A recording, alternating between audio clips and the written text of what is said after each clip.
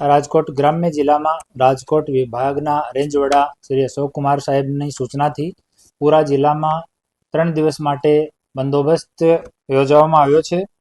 આ બંદોબસ્તમાં 3 ASP, 3 DYSP, 27 PI, 42 PSI, 620 જેટલા police કર્મચારી, 700 જેટલા જીઆરડી અને 250 જેટલા હોમગાર્ડ, 112ના 23 બોલેરો ગાડી, 80 જેટલી મોટરસાઇકલ, 175 જેટલા બોડી વોર્ન કેમેરા અને 17થી વધારે બ્રેથ એનાલાઇઝર અને ડ્રગ ટેસ્ટિંગ કિટ ડિપ્લોય કરવામાં આવ્યા છે. અને પૂરા ગ્રામ્ય વિસ્તારમાં પોલીસ એકદમ ચુસ્તપણે બંદોબસ્ત કરશે. અને ગ્રામ્ય વિસ્તારમાં 2 જગ્યા 9 વર્ષની પાર્ટી થવાની છે.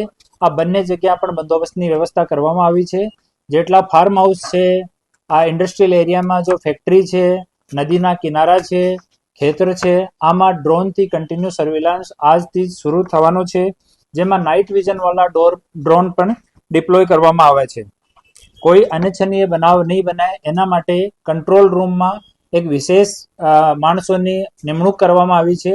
જો કન્ટિન્યુ 112ની કોલ્સ જે છે એને મોનિટર કરશે અને 112 જો જગ્યા જાય છે ત્યાં પણ મોનિટરિંગ કરવામાં આવશે. તમામ જો જાહેર જનતા છે એને પણ અપીલ કરવામાં આવે છે કે કોઈ પ્રકારના ગેરકાયદેસર પ્રવૃત્તિઓથી દૂર રહે, શાંતિથી પરિવાર સાથે, મિત્રો સાથે 9 વર્ષની ઉજવણી કરે. અને ગ્રામ્ય પોલીસ વતી 9 વર્ષની હું બહુ શુભેચ્છાઓ આપું છું.